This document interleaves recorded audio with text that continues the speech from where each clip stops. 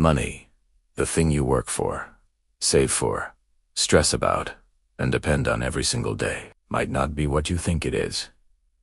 What if the money in your wallet, the numbers in your bank account, and the currency governments swear by are only illusions, tools engineered not for prosperity, but for control? And what if the entire global economy runs on a system so fragile, so artificially maintained, that even its creators no longer fully understand how to escape it? Today, we uncover the dark truth behind how money really works.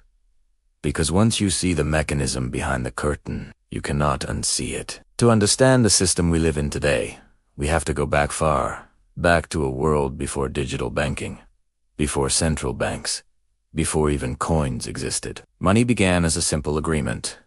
People exchanged goods and services through bartering.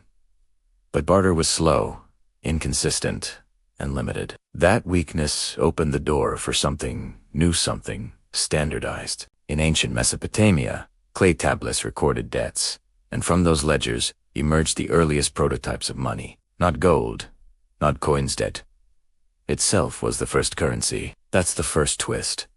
Money didn't begin as wealth. It began as an obligation. As civilizations grew, rulers discovered a powerful truth. Anyone who could issue money could control people. The rise of the Roman Empire, for example, was tied directly to the power to mint coins. Soldiers were paid in coins. Taxes were collected in coins.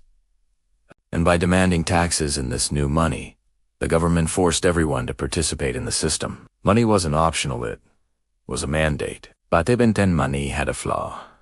It was limited by physical resources. Gold and silver could not be printed, and scarcity kept greed in check. Until one day, a new kind of money appeared: paper, backed by trust rather than metal. Fast forward to the 17th century. Nations were fighting expensive wars, and kings were running out of gold. Banks stepped in, issuing receipts representing gold stored in their vaults. People accepted these paper notes because they were more convenient than carrying actual metal. But this convenience came with a temptation. Banks realized people rarely redeemed their gold, so they began issuing more notes than gold they held. And just like that, the world stumbled into fractional reserve banking, a system where money could be created from nothing but promises. This shift set off a chain reaction that would eventually build the financial world we know today. Then came the rise of central banks. In 1913, the U.S. Federal Reserve was created, modeled after the Bank of England. Its purpose, officially, was to stabilize the economy. Unofficially, it centralized the power to create money, concentrating financial control in the hands of a select few. The Fed could print money. The Fed could set interest rates. The Fed could influence markets with a single announcement.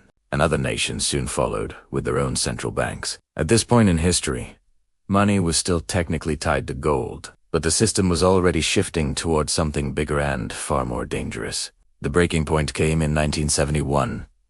During the Vietnam War and rising global inflation, President Richard Nixon shocked the world by removing the US dollar from the gold standard. Overnight, money became entirely fiat-backed, not by gold, not by silver, but by government decree alone.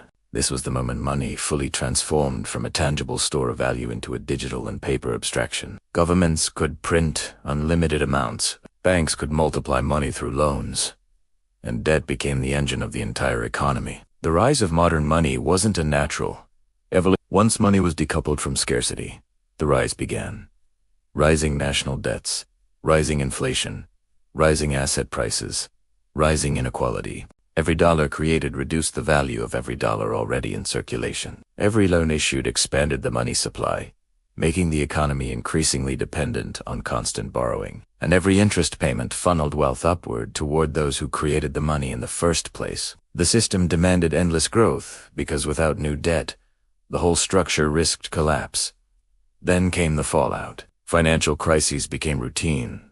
1980s savings sand loan, 1997 Asian crisis, 2000 dot-com crash, 2008 global meltdown, and the shocks that rippled through markets in 2020. Each crisis had the same root cause. Too much debt, too much speculation, too much artificial money. And each time governments responded the same way.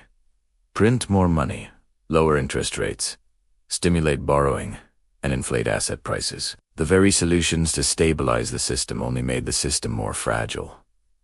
This wasn't an accident. It was the result of a money model built on expansion without limits.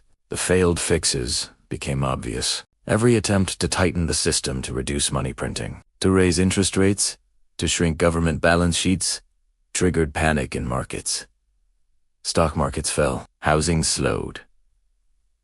Governments reversed course. The system had become addicted to easy money, and any withdrawal threatened economic chaos. Central banks faced an impossible situation. They could keep printing and risk inflation, or they could stop printing and risk collapse. This is the hidden truth of modern money. The system is too big to save, and too fragile to stop sustaining. Now we connect the past to the present. Today, global debt has surpassed hundreds of trillions of dollars more money than physically exists. Central banks collectively print trillions during crises. Most money in the world, over 90%, is digital, created through bank loans rather than printed by governments. Banks don't lend money. They lend money into existence. And the wealth gap continues to widen because the people closest to the money creation system, large banks, investors, and governments, benefit the most. Meanwhile, ordinary people are left with inflation, higher prices, and wages that fail to keep up. But the darkest truth is this: the system doesn't work without growing debt. If nations stop borrowing, money disappears. If people stop taking loans, economies shrink. If banks stop lending, the financial machine freezes. The modern economic world requires constant expansion, eternal borrowing to keep the illusion alive. This repeating pattern mirrors everything we've seen throughout history. Ancient debt tablets, gold-backed paper receipts, fractional reserve banking, fiat currency, and now digital money. The faces and technologies changed, but the mechanism stayed the same. So what do we take away from all this? First, money is not neutral. It is designed, engineered, and controlled. Second, the system is not stable. It is maintained through constant intervention, printing, and manipulation. And third, the truth is hidden, not because it is complex, but because understanding it gives people power. When you know how money works, you stop seeing it as security and start seeing it as a tool, and sometimes a weapon. Here's the warning.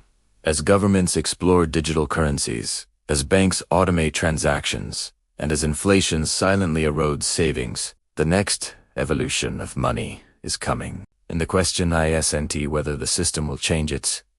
Who will control it when it does? Our world is built on a monetary system that must grow or break, and history shows that every monetary era eventually ends. If this breakdown happens in our lifetime, you'll want to understand exactly how we got here. If you found this breakdown valuable, subscribe for more deep dives into money, history, and the hidden mechanics shaping our world. And remember, the more you learn about money, the less it can control you.